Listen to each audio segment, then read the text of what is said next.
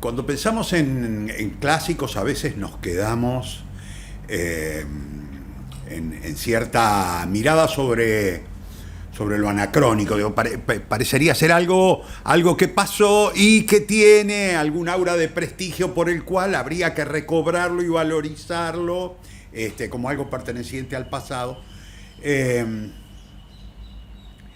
Algo que representa al pasado, y lo que perdemos de vista es que en realidad al clásico le corresponden en principio las generales de la ley de el mito.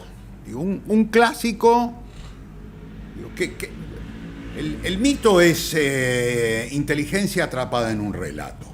Digo, un relato que es capaz de expresar a través de su argumento, de sus imágenes, algo que puede transmitir y que continuamente recobra vigencia en la medida en que lo proyectamos sobre nuestra realidad, sobre nuestro presente. El fenómeno de la inteligencia narrativa, una de las inteligencias múltiples, que es la que hace al trabajo del escritor. Cada tanto, los escritores, además de escribir nuestras imágenes, somos capaces, me lo arrobo casi en un estado de esperanza, somos capaces de atrapar en un relato algo que puede mantenerse vivo a través de la historia. Cada uno de los clásicos que yo guardo en mi cabeza, digo, por sobre encima de la biblioteca, si son clásicos en mi juicio es porque los he leído y han engendrado algo adentro.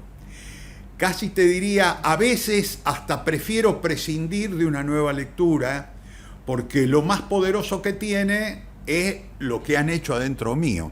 Es decir, lo que han construido adentro mío, y lo que me permite mirar al mundo una y mil veces a través de ese relato y volver a la misma conclusión. Te doy un ejemplo. Yo soy un enamorado de Romeo y Julieta de Shakespeare. Más allá de que alguna vez lo he adaptado, no vuelvo a leerlo, porque en realidad leerlo sería tener que pasarle muy rápidamente por encima a un cúmulo de imágenes que arman un mundo, una historia que no es la semilla que creció adentro mío, que es la de ver a Romeo y Julieta como el mito de los padres que mandan a morir a sus hijos para resolver sus problemas. Nada más y nada menos que la guerra.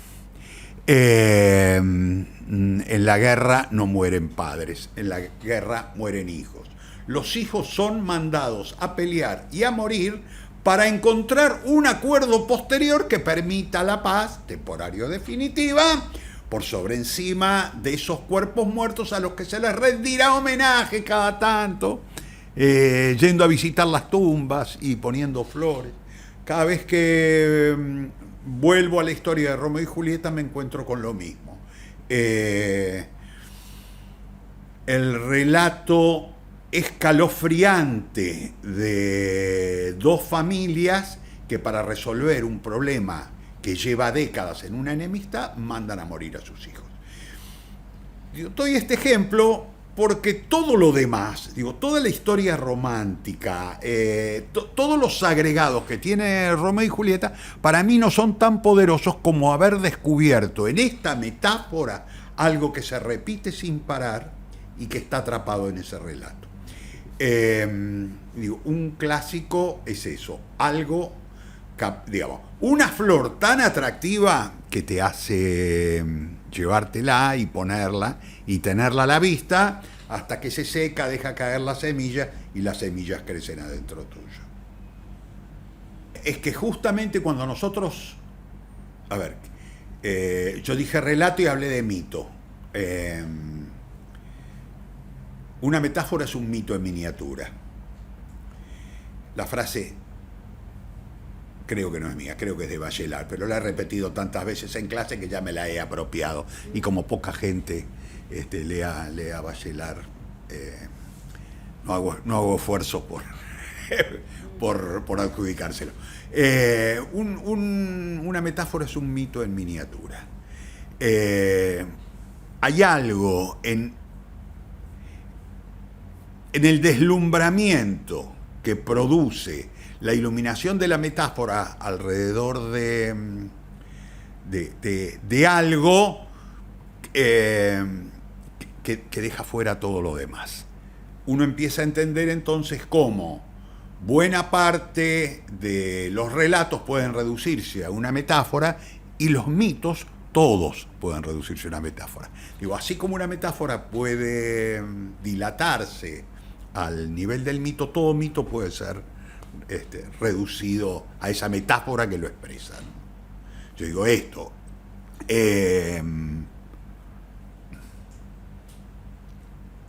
Los padres mandando a morir a los hijos intentando de alguna manera resolver el problema de los padres, fracasando, muriendo, y en el acto más cínico que tiene Shakespeare en Romeo y Julieta, terminando eso con una escena donde los padres pelean entre ellos a ver quién le hace el monumento más lindo y más caro.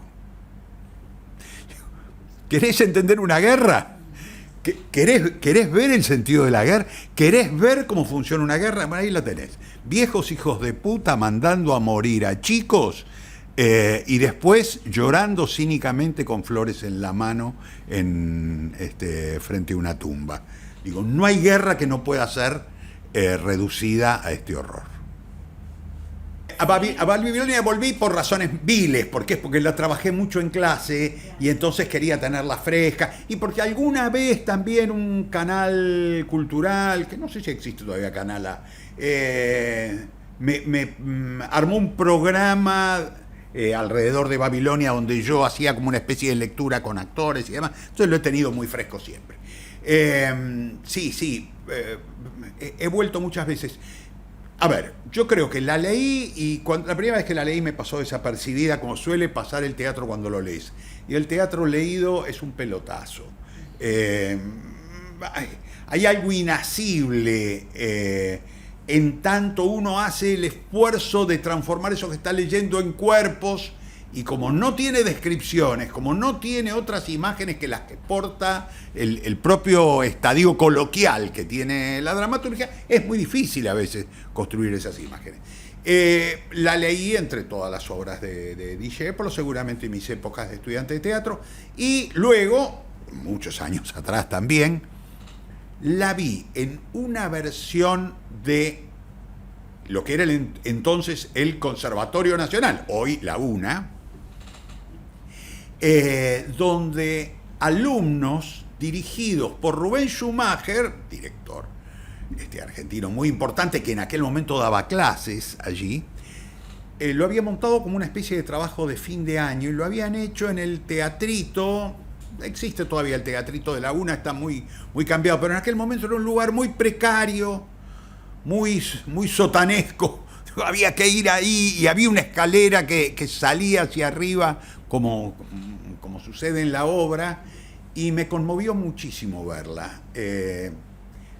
Una pena que mi memoria no me ayude a recuperar a los actores que trabajaban allí, porque buena parte de ellos se transformaron luego en actores profesionales. Y la primera visión me perturbó y de ahí fui al libro.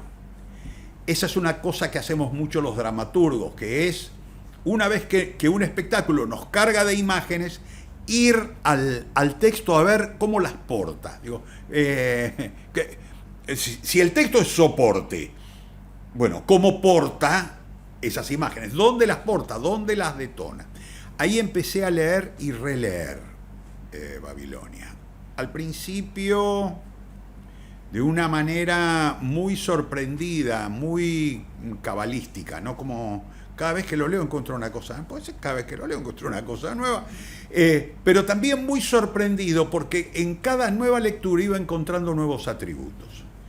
El gran atributo, casi te diría el atributo más desafiante para un dramaturgo, más salvaje, más impiadoso para un dramaturgo, es cómo demonios hizo Armando Discépolo para meter este mundo en una hora. Nosotros los dramaturgos vivimos peleando. Alguien ayer me hacía un chiste que es pertinente, que decía, hablábamos de esto, de cómo los dramaturgos tratamos de resolver, y entonces me lo decía en términos de, dice, mira, es lo que nos pasa con un videíto de Instagram, ya no sabemos qué sacarle, dice, y sabemos que tiene que ser, dice, pero hacelo más chico, no sé qué sacarle, esa cosa del editor que está mirando y dice, acá le puedo quitar esto. Bueno, ese es el gran problema que tenemos los dramaturgos. Los dramaturgos continuamente estamos tratando de hacer una conversión de normas. Toda obra de teatro es una novela disimulada. Digo, es una novela que trata de disimular su condición de tal, mostrando que en realidad es un espectáculo que debe verse de manera gozosa por el hecho performático de verla. Pero en realidad en la cabeza lo que te construye es una novela. ¿Cómo reduzco esa novela a ese relato visual? Volver a Babilonia me enfrentaba continuamente con el mismo desafío y era volver a leerla en busca de ¿qué habrá dejado afuera? ¿Qué habrá dejado afuera? Mira, yo soy, entre otras pasiones malsanas, tengo la del archivismo fotográfico. Tengo un archivo de fotografías de teatro, de carnaval y de circo, que son los temas que me apasionan. Cuando uno empieza a estudiar el fenómeno de la fotografía, lo primero que aprende es que cuando uno mira una foto, primero miramos la foto en sí misma. Los archivistas además miramos qué dejó afuera. Está bien, esto es lo que eligió, pero ¿qué dejó afuera? ¿Qué recortó? ¿Qué quedó a la derecha, a la izquierda, arriba y abajo? Yo he leído Babilonia continuamente pensando qué dejó a la derecha, a la izquierda, arriba y abajo este tipo para que en una obra entre. En una hora entre.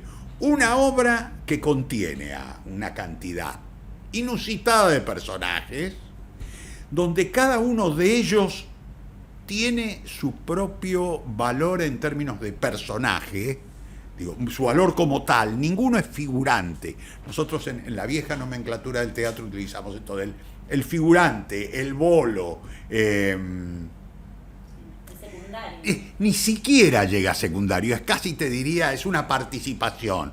Nosotros decimos la mesa está servida. La mesa está servida es el parlamento icónico del figurante, ¿no? Es decir, la chica que entra y dice, señores, la mesa está servida. Sale, no dice un carajo más en toda la obra. ¿Cómo hace Discépolo para que aún las pequeñas participaciones de un montón de personajes divididos en una hora de acción, todos tengan entidad? El fenómeno de construcción de personaje es, nosotros decimos, se resuelve en el concepto de entidad. Entidad es lo entero, lo completo. Cuando vos ves un cachito de algo decís, ya vi todo. Pasa a veces en una serie, que no te acordás de ninguno y sin embargo hay un secundario que te acordás porque tiene una construcción redonda. Bueno, esa es la entidad. Ese fenómeno, casi te diría contrafísico, ha sido mi gran fascinación en Babilonia. Digo contrafísico porque si a mí me dicen que esa historia se puede contar en una hora, yo te digo, si vos me preguntás, digo, a ver, Cartoon, profesionalmente, a ver, dame una opinión, ¿esto se puede hacer? Y yo diría, no lo intentes, es imposible. Bueno, hasta el día de hoy sigo sin saber cómo demonios hizo don Armando para conseguirlo. En este caso me parece que este atributo no necesariamente está vinculado a su condición de clásico. Digo, casi te digo, es un atributo técnico muy particular. Lo que sucede es que a ese atributo, que es el que a mí me deslumbró desde el oficio, él le suma el resto. Él le suma una historia y una especie de... un universo que tiene un poder representativo sobre la sociedad de la época y la que ha continuado a esa época, insólito. Pensemos que Babilonia, a principios del siglo XX, pertenece a un sistema teatral en el que lo que predominaba eran las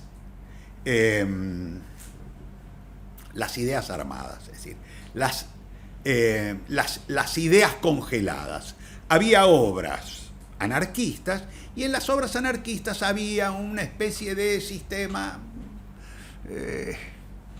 algo ingenuo en relación al bueno y al malo, donde todo estaba construido de una manera tal donde el patrón inevitablemente cuando aparecía como el malo, el obrero como el bueno. En ese choque, digo, se creaba una relación entre el bien y el mal casi de colegio primario.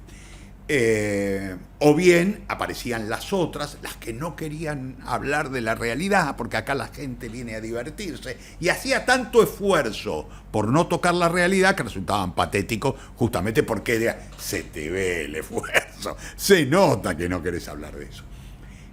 En este marco, donde hay una idealización, Discépolo crea una obra que representa a la Argentina como pocos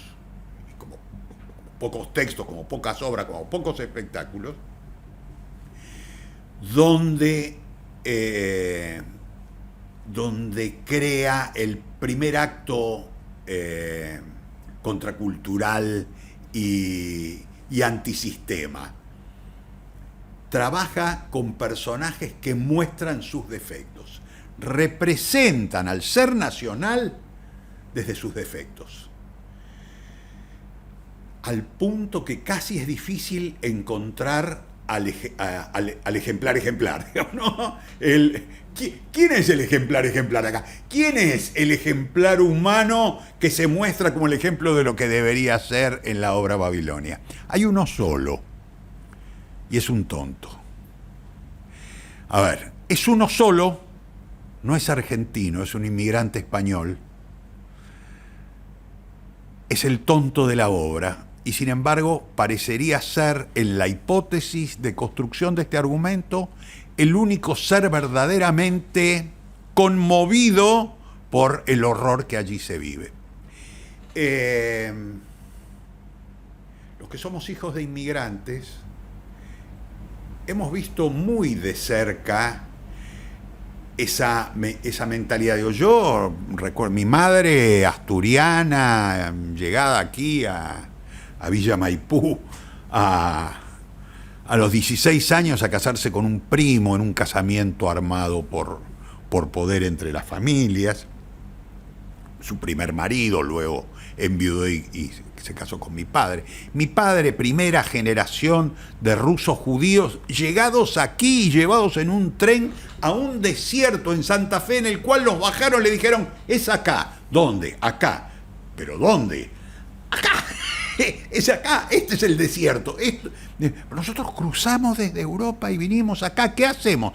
Bueno, en principio, si tienen mucho problema para dormir, hoy duerman en los vagones de carga, que el tren vuelve mañana. Así que hasta mañana, por lo menos, mañana tienen todo el día para armarse algo. Ese mundo del inmigrante, yo lo viví.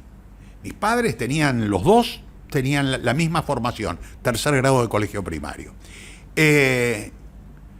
Yo viví ese fenómeno donde la mirada sobre este país era una mirada, por un lado esperanzada y por el otro lado muy impiadosa, y también con la sensación de ¿a dónde vinimos a parar? ¿No? ¿A dónde vinimos? ¿No nos habremos equivocado en venir acá? ¿No estaremos a tiempo de volvernos?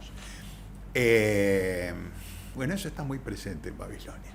Digo, Babilonia es eso, el que les fue bien y pelechó y ahora es el dueño de la casa que organiza el compromiso de la nena, inmigrante igual que ellos, pero ahora impiadoso, subido a un caballito del que no se baja, con una familia donde predomina el engaño. constructor de un pequeño universo de falsedad. Ellos abajo peleando entre ellos sin parar, los criados. El subtítulo de la obra es Una hora entre criados. Y es perturbador. Por supuesto, todos estos criados, creo que hay 2 criollos.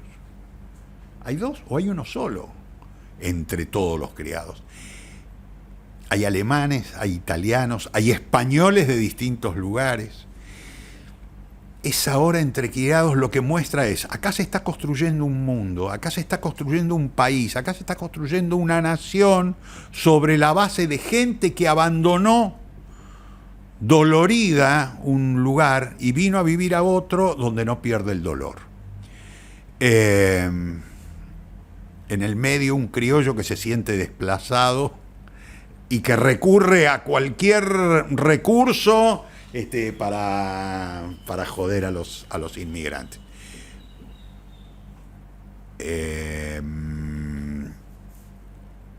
Una Argentina apocalíptica en la cual, cuando nosotros vemos nuestro país como resultado de ese origen, entendemos cosas. Comunidad hay siempre, digo, al contrario, a mí me parece que hay una construcción mucho más posible en tanto aparecen allí 2 grandes factores. El primero es la desidealización, es decir, donde desaparecen los valores naif con los cuales se pinta a veces el nacimiento de una nación, y por el otro lado porque aparece el humor, la posibilidad de poder reírnos de nosotros mismos. Reírnos de nuestro origen. Digo, yo vivo, qué sé yo, no sé, te doy un ejemplo. Cada vez que yo guardo algo en un tupper, yo me cago de risa, por ejemplo, de mi casa donde me enseñaron a no tirar comida.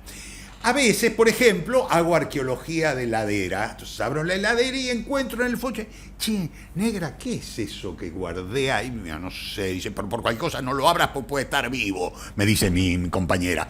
No sabemos lo que puede haber ahí ya.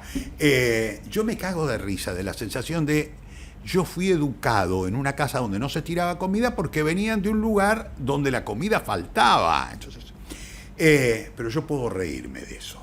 No dejo de acumular tupper en el fondo de la heladera, pero me puedo cagar de risa de eso. Hay algo de sentir. Sobre esto hemos construido nuestra vida. Y seguramente mis hijos, concretamente, mis hijos no lo hacen y se ríen de mi costumbre. Yo digo esto, poder entender que algo de lo propio es patético, que algo de lo propio es ridículo, que hay cosas que uno hace simplemente porque se las ha incorporado.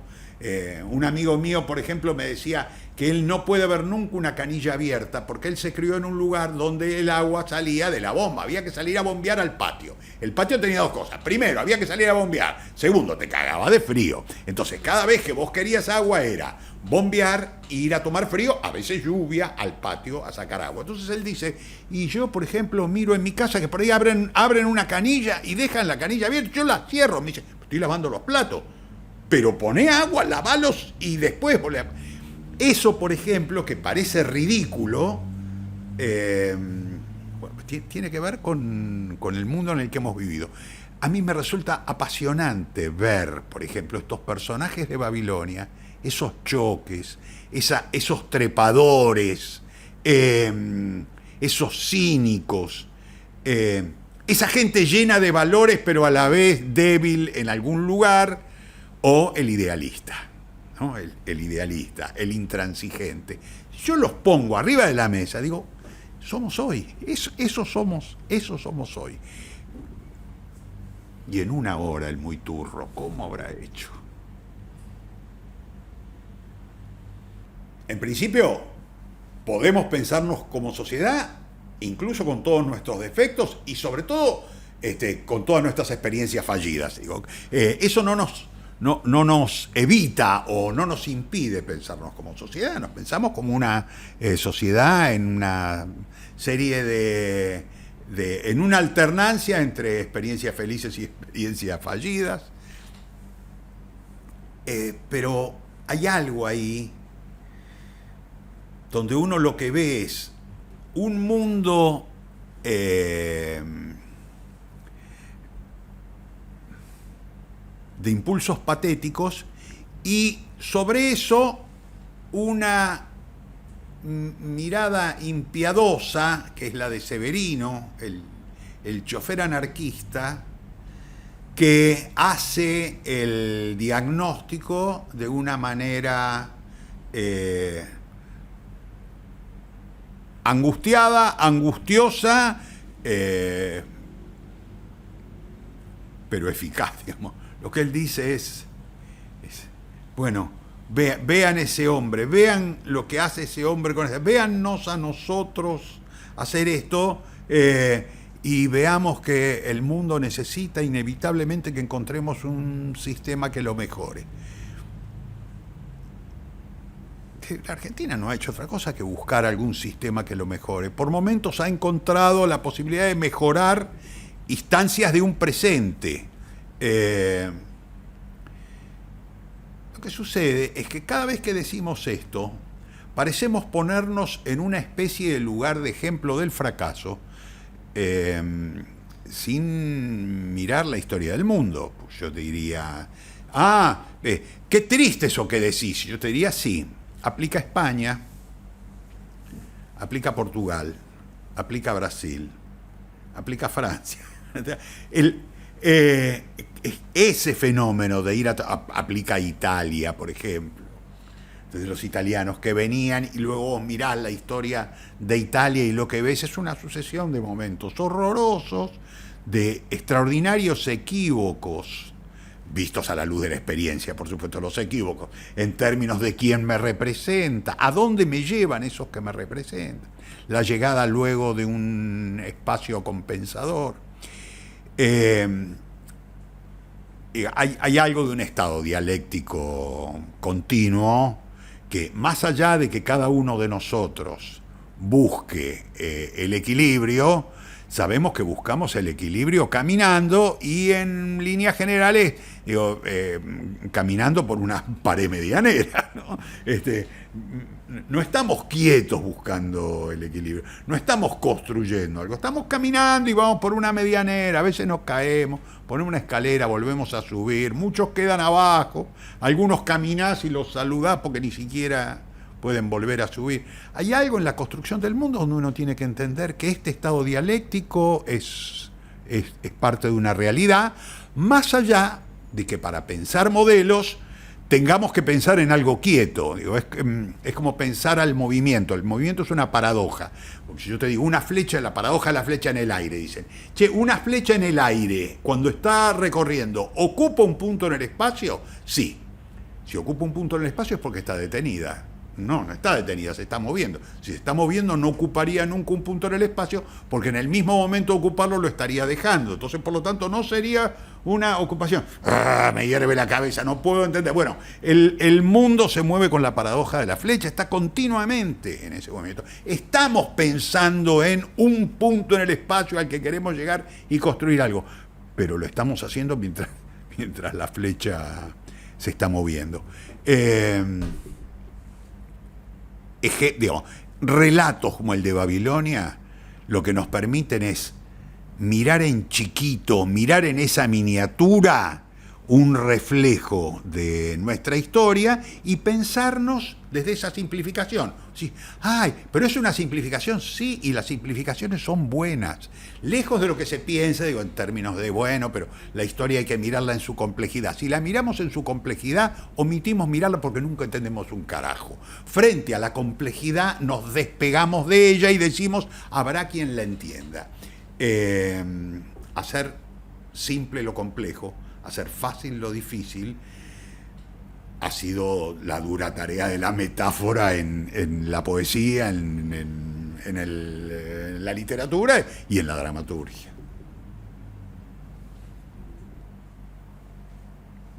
Más allá, digo, el propio movimiento de algo que se cocina abajo para llevar arriba.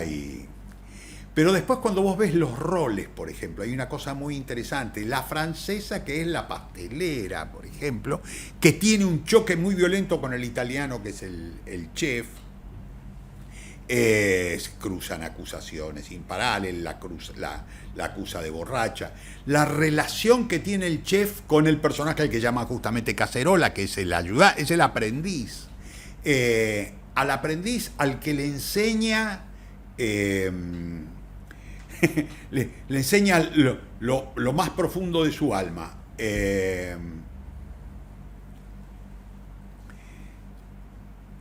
Odiar a los españoles. Le enseña a odiar a los españoles, a ahorrar, a guardar esta cosa del inmigrante, guardate la libra esterlina.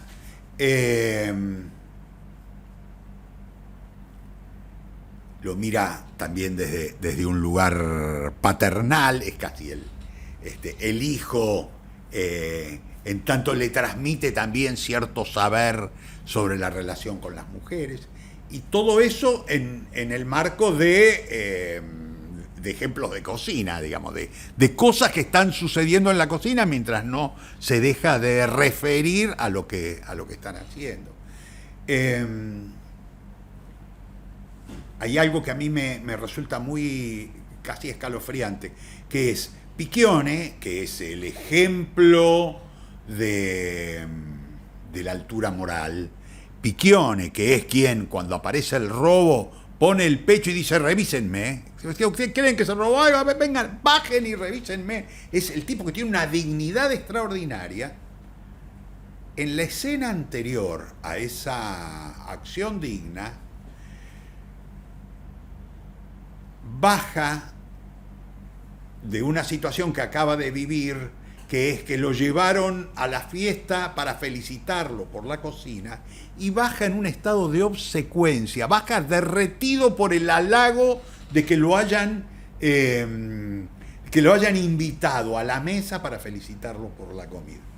Es esa contradicción entre el digno y el indigno es poderosísimo. Y él no necesita crear otra cosa que no sea hablar de la comida. Alguien ha hecho una comida, está orgulloso de la comida que ha hecho, se siente puesto en un lugar especialmente destacado porque lo han felicitado, y 10 minutos después los enfrenta desde el otro lugar, ¿no? Desde el lugar de la dignidad. Todo alrededor de la comida. Bueno, yo empecé a leer de chico, pero digo, llegué a lecturas de adultos muy joven. Digo, yo a los 15 años ya leía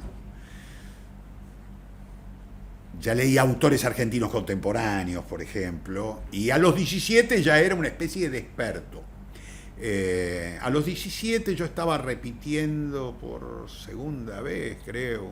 No, sí, a los 17 estaba repitiendo por segunda vez un año del secundario, y parte de mi... A ver, todo alumno que repite, nunca se sabe, es alumno que repite porque es grosero, porque es... Yo creo que en realidad es al revés. Cuando uno tiene que aceptar la hipótesis de no me da la cabeza, algo me ha pasado por lo cual no puedo estar a la altura de los mismos con los que comencé en primer año, uno inevitablemente se pone una máscara de odioso y de peleador, porque esto es, yo soy así porque soy rebelde. Mentira que soy rebelde, repetí porque no pudiste entender. Una de mis desafíos a los 17 años era pelearme con las profesoras de literatura, porque yo sabía que sabía sobre narrativa argentina muchísimo más de lo que sabían ellas. Hasta que di con una que me puso los puntos, de la cual inevitablemente me enamoré, porque esa sabía más que yo, no me humilló, al contrario, me puso en un buen lugar, y además era guapa. Y entonces era como, bueno, a ella no le voy a hacer. Pero había un par a las que sí. casi te diría, yo disfrutaba de ese lugar de conocimiento y además buscaba ávidamente todo lo que se publicaba en ese momento. Así lo leía Piglia, así leía Abelardo Castillo, así leía a Cortázar. Bueno, en aquella época, digo, alumno repetidor, inevitablemente cuando venía alguna situación crítica, un examen o algo así, me hacía la rata. Familia conocida en el barrio de San Martín, las posibilidades para que no se me viese por la calle era meterme en un cine y pasar toda la tarde en el cine, o encerrarme en algún lugar a leer, y había encontrado un lugar muy apropiado que era el galpón abandonado del Tornavías. Yo venía acá, si hacía calorcito, en realidad no entraba. Me quedaba abajo de un puentecito que pasaba por abajo de la vía. Yo me imagino que ya no debe existir, pero estaba un poco más allá del Tornavías. Era un puentecito en el cual, una vía abandonada, porque solamente en ese momento, ni siquiera, ya no entraban ni siquiera las locomotoras a dar vuelta. Entonces, si estaba lindo, me sentaba ahí, si hacía frío, me metía en el galpón. Y yo ahí creo haber leído, te contaba esto de que ahora en la Feria del Libro tengo que leer a Cortázar, me piden participar de un evento de lectura de Cortázar, y entonces me preguntaba mis primeros contactos con Cortázar, eran esos. Era la fascinación de leer a alguien que me resultaba muy difícil y sin embargo extraordinariamente atractivo. Me resultaba difícil porque el mundo al que refería era un mundo que todavía mi escasa madurez no me permitía llegar con todo. Cortázar lo releí luego mucho. Pero las grandes impresiones venían sobre todo de cuentistas que creaban adentro mío una especie de modelo posible de escritura. Piglia, Abelardo Castillo y Dalmiro Sáenz, que después Dalmiro Sáenz se perdió, pero Dalmiro Sáenz en un momento para mí era como una de las... yo decía, eso es un cuento, es muy atractivo, es incorrecto y tiene un final rotundo. Tenía como una especie de mecanismo que me parecía ideal. A los 19, cuando todavía estaba en el colegio secundario, gané mi primer concurso literario en la revista Hoy en la Cultura, una revista bolche de la época, en la cual colaboraban autores importantes, escritores importantes de entonces.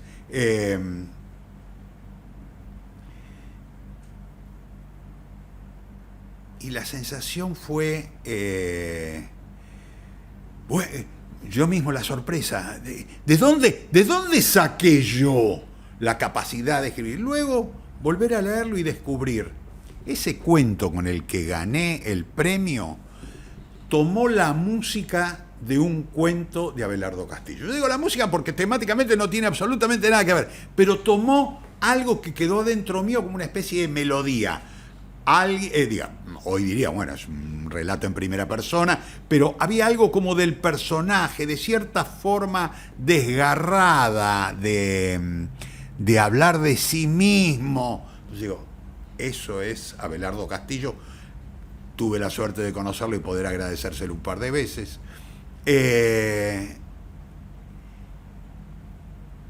Y uno es, sí es cierto, yo y mi circunstancia, el Tornavías era mi circunstancia. Leer escondido. Leer en un lugar curioso, porque después, un año después, cuando ya repetí la última vez y mis viejos se cansaron, y yo les dije, bueno, yo voy a dar el año libre. Y entonces anótenme en un instituto que me prepara para dar el año libre. Me fue mal de nuevo. Se llamaba Instituto Mayo, quedaba en la calle Rivadavia y Rincón. Y cuando me hacía la rata a ese instituto, me iba a leer a una confitería que quedaba en el subsuelo del Teatro San Martín, donde hoy está la sala Cunil Cabanellas, donde yo estrené mis 3 espectáculos. Esas coincidencias a mí a veces me perturban. Pensar esto, bueno, en el Tornavías alguna vez recibí el doctorado honoris causa, En esa confitería donde yo me encerraba culposo a leer, terminé estrenando mis obras con las que me he ganado la vida en los últimos años. Hay algo de la vocación y de la profesión que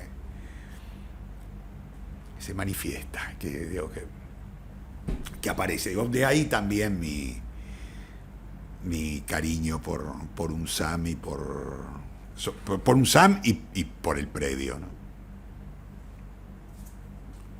Me parece muy interesante la propuesta de la editorial de juntar a un clásico con un apasionado de ese clásico, que de alguna manera se transforme en un portero, se transforme en el que abre las puertas al clásico, tratando de mostrar qué es lo que a él le resultó trascendente de ese texto, para que otros encuentren otras cosas naturalmente, pero también para mostrar el mecanismo. Y me parece además, por los títulos que conozco de la colección, que no se ha quedado en el lugar común. Que han aparecido textos muy diferentes entre sí, de condición muy distinta, pero que todos tienen lo mismo, y es un texto y su enamorado. La relación que tenemos con los libros que nos han cambiado es una relación de amor profundo. Yo puedo volver a Babilonia, puedo volver a verlo, puedo volver a recordarlo, justamente porque tengo una idealización sobre ese texto. Publicarlos acompañados de ese guía, de ese portero, me parece una experiencia inédita. En principio no tenía antecedente de algo similar, y creo que va a ser extremadamente útil para cualquier otro que acceda ahora en el futuro a esas obras, a esos textos.